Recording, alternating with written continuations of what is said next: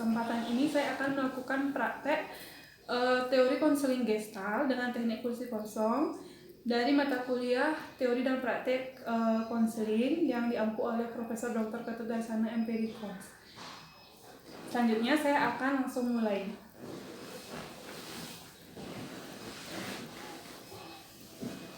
Halo, gimana kabarnya Ulan? Baik, Bu. Ya, pada kesempatan ini Ibu memanggil Ulan ke sini untuk menanyakan hal-hal yang perlu Ibu ketahui untuk mendapatkan informasi tersebut. Nah, sebelumnya Ulan udah tahu apa alasan Ulan dipanggil ke ruang BK? Tidak, Bu. Nah, Ibu akan menanyakan karena sempat Ibu dengar bahwa kamu memiliki permasalahan di keluarga. Apa benar seperti itu? Iya, benar sekali, Bu. Memang akhir-akhir ini sering terjadi konflik di rumah, Bu, yang membuat saya menjadi merasa terbebani setiap kali sekolah, nggak pengen ke sekolah, uring-uringan, seperti itu, Bu.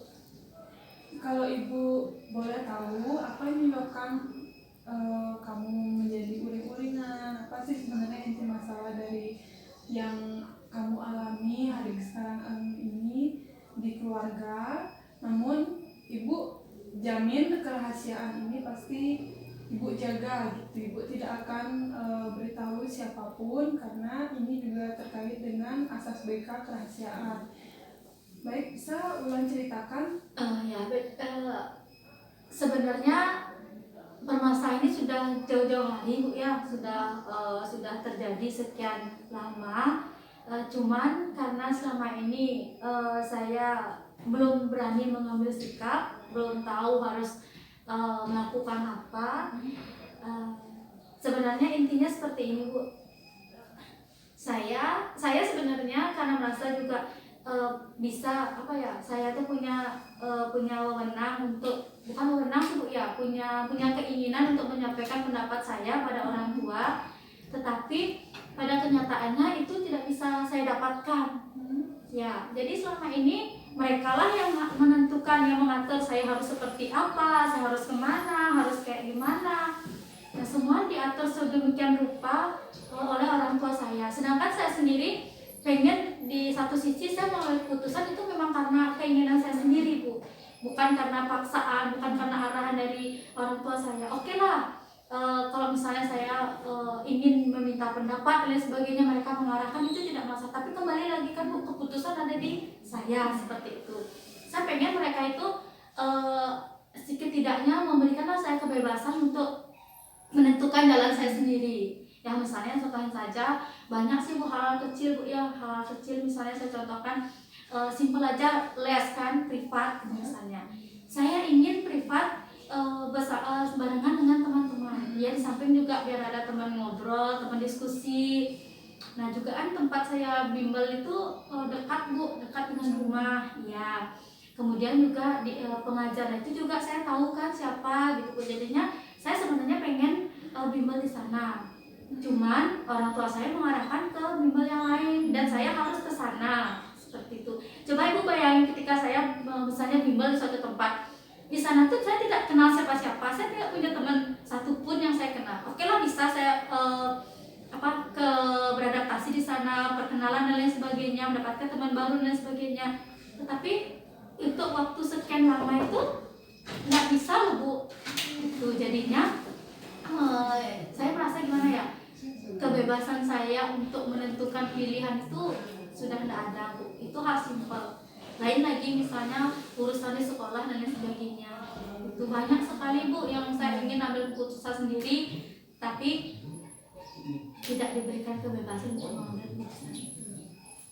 Berarti yang dapat Ibu tangkap itu bahwa kamu itu segala sesuatu yang ingin kamu putuskan sendiri itu diputuskan juga oleh kedua orang tua maupun keluarga yang terlibat, ya. Berarti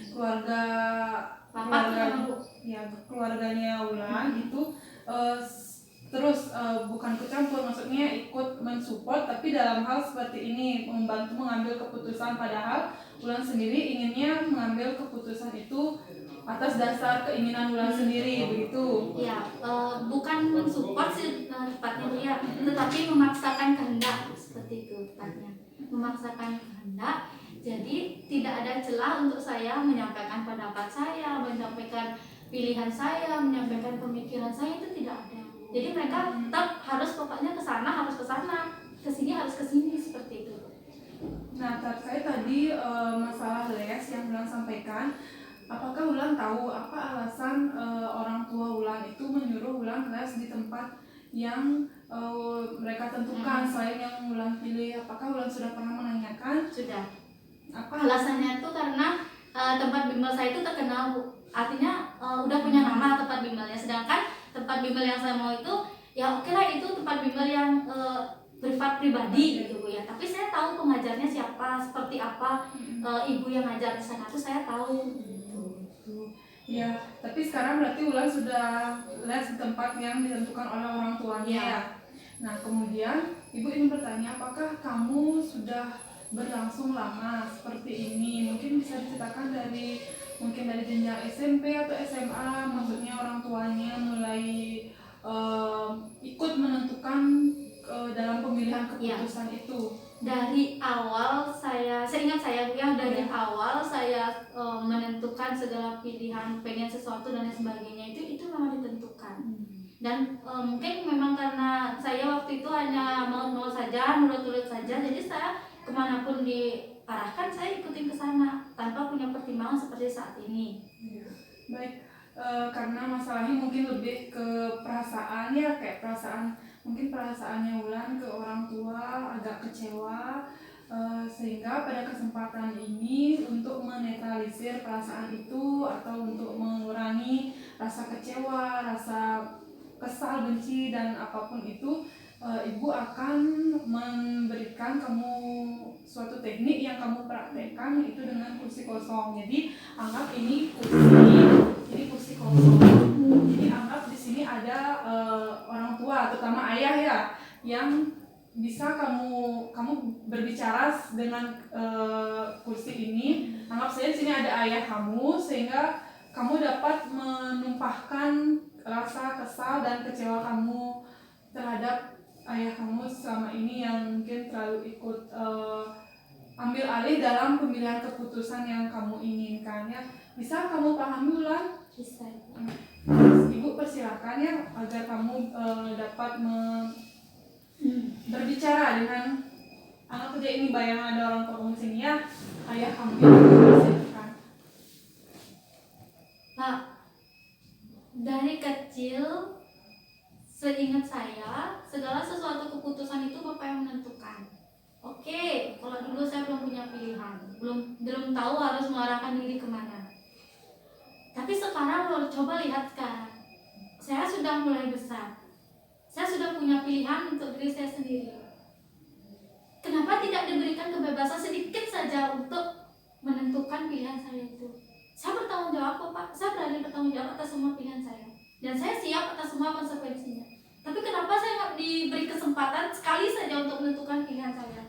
Kenapa selalu Bapak menentukan semuanya? Mulai dari bangun tidur, ke sekolah, les, dan lain sebagainya, semua ditentukan. Kapan kesempatan saya untuk belajar menentukan pilihan untuk diri saya sendiri? Apa Bapak mengerti gimana perasaan saya ketika berada di tempat les itu sendiri, tidak punya teman, sedangkan yang lainnya semua ngobrol dengan teman-teman mereka? Pernah tidak dibayang gimana perasaan saya pada saat itu? Bisa tidak Bapak tuh memberi saya kesempatan sekali aja untuk menentukan pilihan saya sendiri? Coba jadi saya, posisikan Bapak di saya. Gimana rasanya? Semua ditentukan, saya tidak punya kebebasan. Apakah sampai nanti saya harus mengikuti semua keinginan Bapak?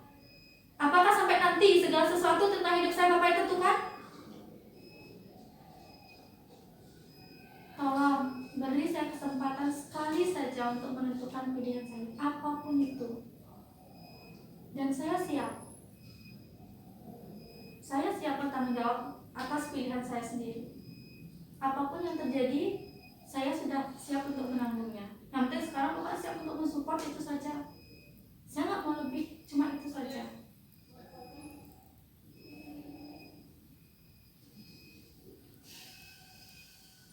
Gimana? Mungkin masih ada yang ingin disampaikan atau sudah cukup Wulan?